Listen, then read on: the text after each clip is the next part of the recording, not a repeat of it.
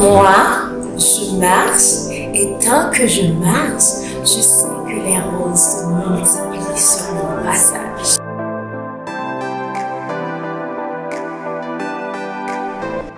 Je suis Rose Valinda Jeune, l'une des roses dont parle René Philoctète à travers ce bout de texte. Je suis passionnée de la lecture. J'aime la sociologie, la communication, le marketing et les relations internationales.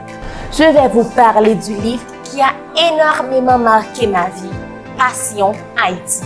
Passion Haïti est un livre écrit par Rodney Saint-Éloi. Rodney Saint-Éloi est un écrivain né à Cavaillon, au sud d'Haïti. Il est poète et romancier. Dans Passion Haïti nous fait un portrait assez romantique pour la première République noire libre. Il invite de façon magistrale à faire une visite au pays qu'il a vu naître.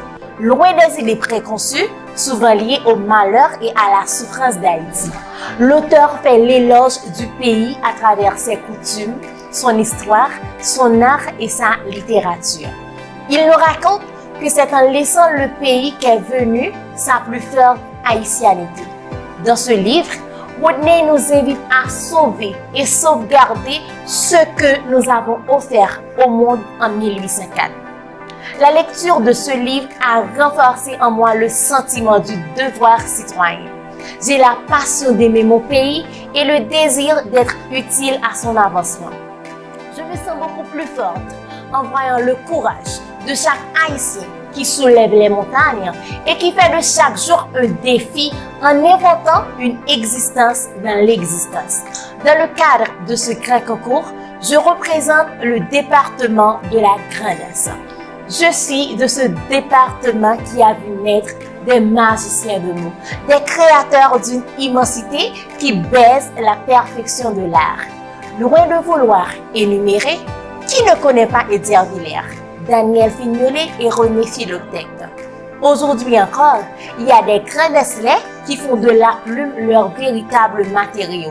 Cito Cavé, Evans Wesh et plein d'autres. En juin dernier, Maurice Léonce, du haut de ses 100 ans, était à Livre en folie pour courtiser les amoureux du livre avec le charme de son verbe. Grande-Est, ce département qui a connu Jean-Baptiste Perrier, un grand nom de notre histoire de peuple. Oui, Gaumont de son vrai nom Jean-Baptiste Perrier était le chef de file du mouvement paysan après la mort de l'empereur Jean-Jacques Dessalines. Mesdames, messieurs, les points forts de mon cher département ne s'arrêtent pas là. Avec ses sites historiques et ses plages, Grande-Est ne laisse aucun visiteur indifférent. Je cite Anse d'Azur, Fort-Marfranc, Anse du Clair, Gambier. Anse d'Azur est une muse face à laquelle les poètes tremblent. La douceur du sable épouse la peau de chaque visiteur. Gambier est une richesse dont la beauté naturelle fait saliver. Les fruits de mer de Dame Marie, Anse d'Hainaut, Irois, Pestel, Corail, Bobo et à Beaumont, plusieurs variétés d'ignames que beaucoup de gens aiment déguster. La particularité culinaire de ce département marque beaucoup d'esprit. Qui peut séjourner dans la Grande-Est et partir sans vouloir un plat de tom-tom, de biscuit ou un morceau de comparé?